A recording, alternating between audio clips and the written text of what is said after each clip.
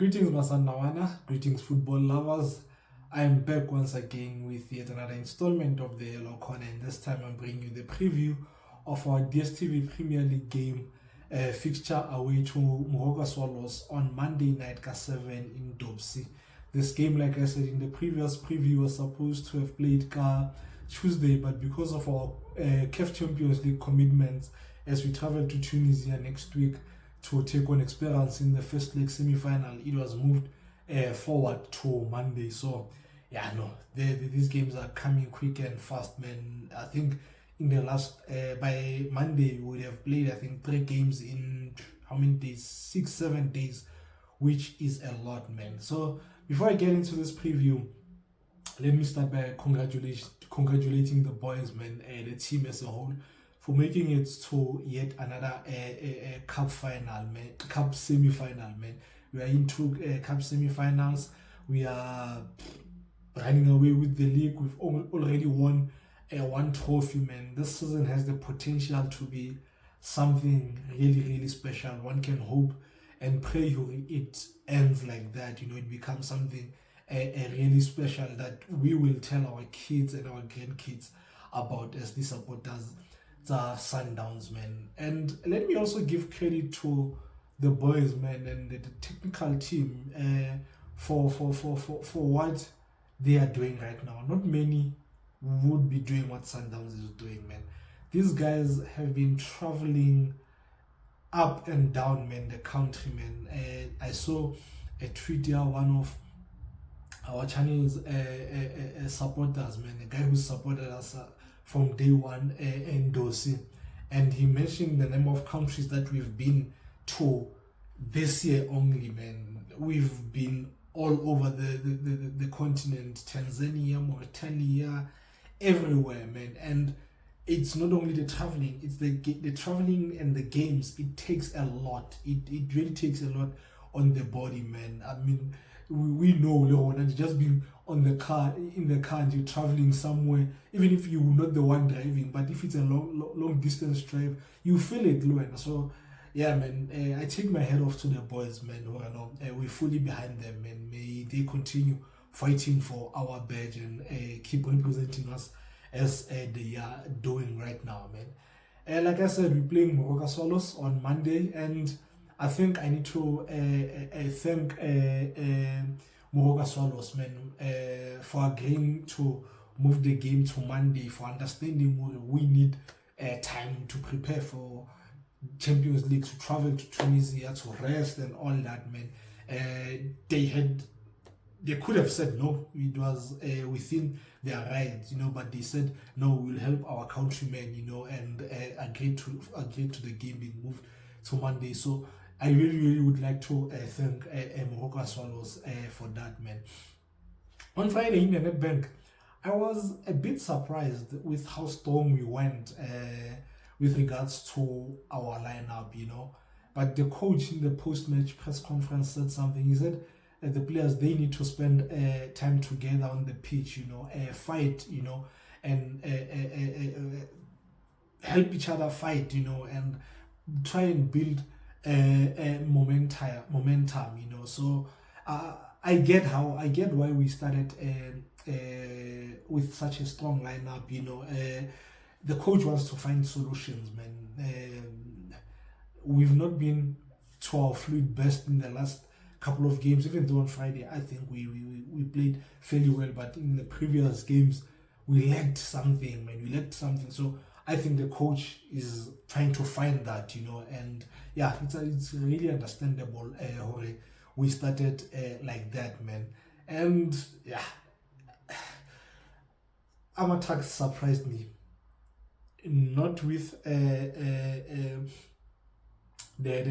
throw-ins, not with the set pieces, not with launching the ball. They surprised me with how they defended from the top, you know, how they made it really difficult for us to come out of the first phase, you know. Like, it was really difficult, man. They had like 4 guys pinning us back, you know, taking the risk.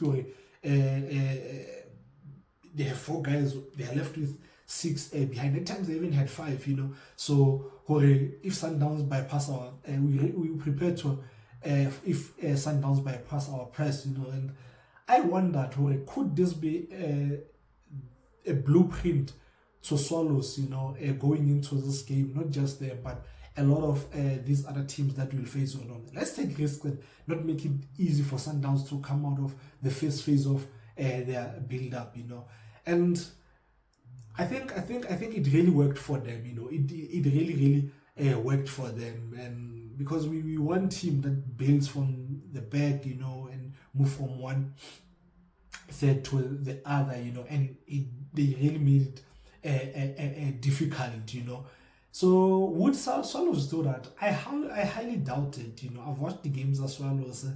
I watched their game against Pirates. They just sat at the back. That's what they did, So and they don't have the aerial prowess, arm attacks. So I don't think they will take that risk, because arm attacks I think were brilliant, man. Arm attacks were from my perspective. I thought their game plan was brilliant, and ahead of to their coach and them as a team as a whole, man. Swallows, man, they are in the relegation battle. They are there, man. Even though they are a few points ahead of Richards Bay, I think they can easily be dragged into that playoff position. I think they currently into 14th on the log. I was surprised when I checked the statistics, only to find that Swallows, they've only won one game in their last 14 Premier League games, which is crazy, man. Which is absolutely crazy. You don't stay in the Premier League if you don't win the games. I mean, they are, like I said, they are 14th on the log. They've played 23 games. They've won 6 of those. They drew 7. They lost 10. Goals for Yabonaki 16, goals against is 25, goal difference is -9. They're currently sitting on 25 points. So man, it's really gonna be tough for them, going forward. And before our game, Cape Town Spurs made it up. He insinuated something with regards to Gamia Swallows Richards Bay, he insinuated something about the goal that was scored by Richards Bay. And I didn't watch that game, so I went back and watched the game. And I thought it was a good goal. There's nothing, there's no sign of, in that goal, And I wondered, why would he say this when Swallows are still in this relegation battle, But I guess it's the pressure that comes with the prospect of going down, man. My thoughts on the game, Ronaldo Swallows. I think Sundowns come from an energy-sapping match, when the score is 1-1, you desperate to get that goal that will win you the game. It's mentally and physically draining, It takes a lot out of you as the players, and then the game goes to extra time, energy-sapping extra time, and it how do I put this, man? It made our preparations difficult for Gamia Swallows, because players had to play an extra 30 minutes, even players that the coach was possibly gonna play in the next game. Swallows, I think, he's watched that game and realized, this has taken a lot out of these players. So I expect to see a few changes. I think we'll make a few changes, man.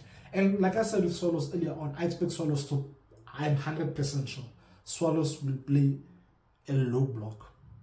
They will definitely play a low block. You go back to watch Gamia Bona against Pirates, man. They said that. They said at the back, they have this back four that's very, very compact, At times, they are so compact that the space, from the edges, the 18 area, from this corner 18 to the other corner, they fit in there, body four. That's how compact they are. And then, at times, they even make it a back five with Everson coming inside, coming back to become the left wing back, and the left back Moroka, he comes inside to join the two center backs, so they then turn into a back five with Mpahlele as the right wing back. So I think we're gonna see a lot of that. Two backs of 5 and 4. The midfield will be very close to the defense, and then they will probably have Mhango there all alone there, because that's how they played against Pirates, and I don't think they will change it going into game in the Sundowns. And they like creativity, man. They are not the most creative team in the Premier League. Ngonyama, he leads their assist charts, man, with 2 assists. So that tells you a lot about the team, man, and their lack of creativity. But there's one player that they have in Mjali who I think can make things happen. I think he's a good player. I mean, if there's someone who could conjure something for them, I expect it to be him. I've not seen much from Mahlonoko, man. There's nothing that I've seen to say, hey, he can cause us a problem. So yeah, I think Mjali, if they're to come up with something, he'll be very integral in that, And in the back 4, man, they have 2 experienced guys in Ngonyama and Nyauza. Yet with all the experience in the world, Nyauza makes elementary mistakes, man. He gets dragged out of possession so easily. It is shocking, man. In the game Yawonale Pirates, he was dragged out. I think it was Mofuke, and eventually, I'm not sure whether it was Mofuke or the striker, Mabasa.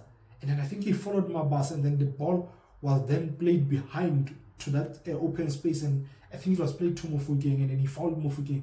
Some type of scenario, it's on and then he did the same thing against Cape Town Spurs. So his reading of the game is really poor, man. And I expect our focal point of attack in this game, who I think will be Shaluli, to Shaluli is good at playing with his back to goal. Yesterday on Friday, he created a chance from that, So I think Shaluli can benefit a lot from that. Maybe one of the supporting guys in our front line can drag Nyauza out of position and then make room for Peter Shalulile to capitalize, man. This team doesn't score a lot, man. They do not score a lot of goals, but I think they will rely on the individual brilliance of Mhango. I think if Njali Agakopansa something, he can find Mhango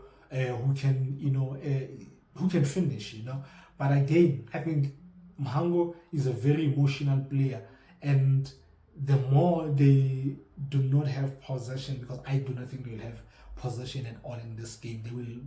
I think they will be below 30% in this game. He will get frustrated and he will take it out on the match officials, the opponents, and So I think by keeping the ball away from them, we also getting Mhango frustrated, and by the time he gets the opportunities, not in the right frame of mind, so he misses those chances. That's what I hope, And I expect our build-up to be easy from the first and the second phase.